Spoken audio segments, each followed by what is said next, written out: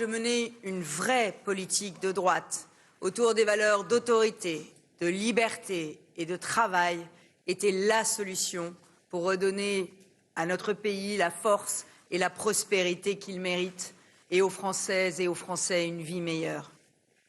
J'ai dû batailler sur deux fronts, contre le camp du président sortant et contre celui des extrêmes, alliés en la circonstance pour diviser et battre la droite républicaine.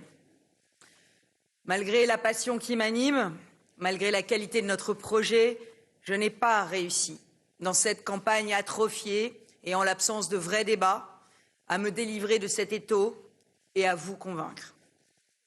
Ce soir, le réflexe du vote utile a joué à plein et le peuple de France a voté. Et son verdict s'impose à nous.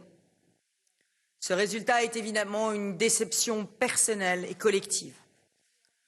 J'assume en responsabilité toute ma part dans cette défaite.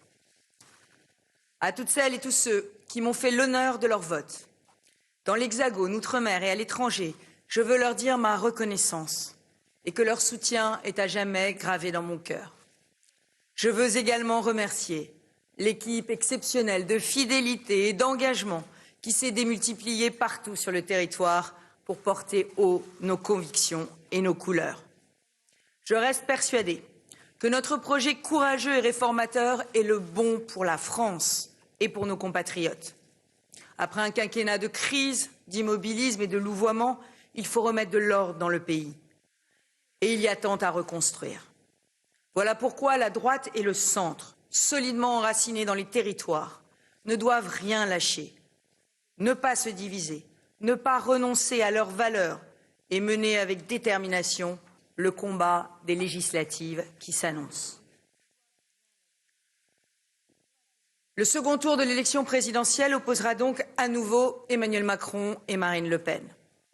Ce soir, je suis profondément inquiète pour l'avenir de notre pays, alors que l'extrême droite n'a jamais été aussi prête de l'emporter. En épargnant au premier tour les extrêmes et en esquivant le débat démocratique, Emmanuel Macron a joué avec le feu et fait prendre un énorme risque à la France. Nous pourrions tous en payer le prix.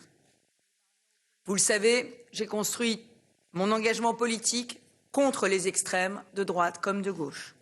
Je les ai toujours combattus avec force et constance, car je crois, comme Jacques Chirac, que tout dans l'âme de la France dit non à l'extrémisme. Le projet de Marine Le Pen conduirait le pays à la discorde, à l'impuissance et à la faillite. Sa proximité historique avec Vladimir Poutine la discrédite pour défendre les intérêts de notre pays dans les temps tragiques que nous vivons.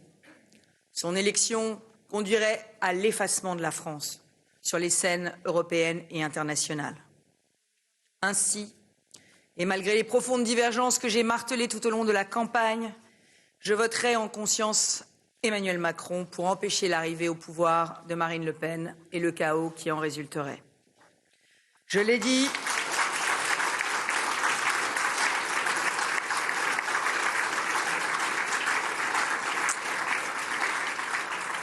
je ne suis pas propriétaire des suffrages qui se sont portés sur mon nom.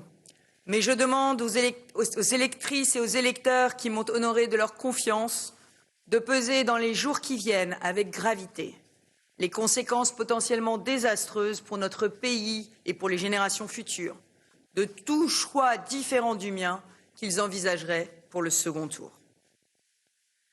À l'issue de ces mois si intenses, de rencontres, de dialogues dans les villes et les villages qui font la beauté, la diversité et l'identité de notre pays, je veux enfin dire aux Françaises et aux Français que je les aime passionnément, que mon engagement politique est intact et que, pour améliorer leur quotidien et leur destin, je mènerai d'autres combats. Je continuerai à me battre de toutes mes forces pour vous servir et défendre une certaine idée de la France. Vive la République et vive la France.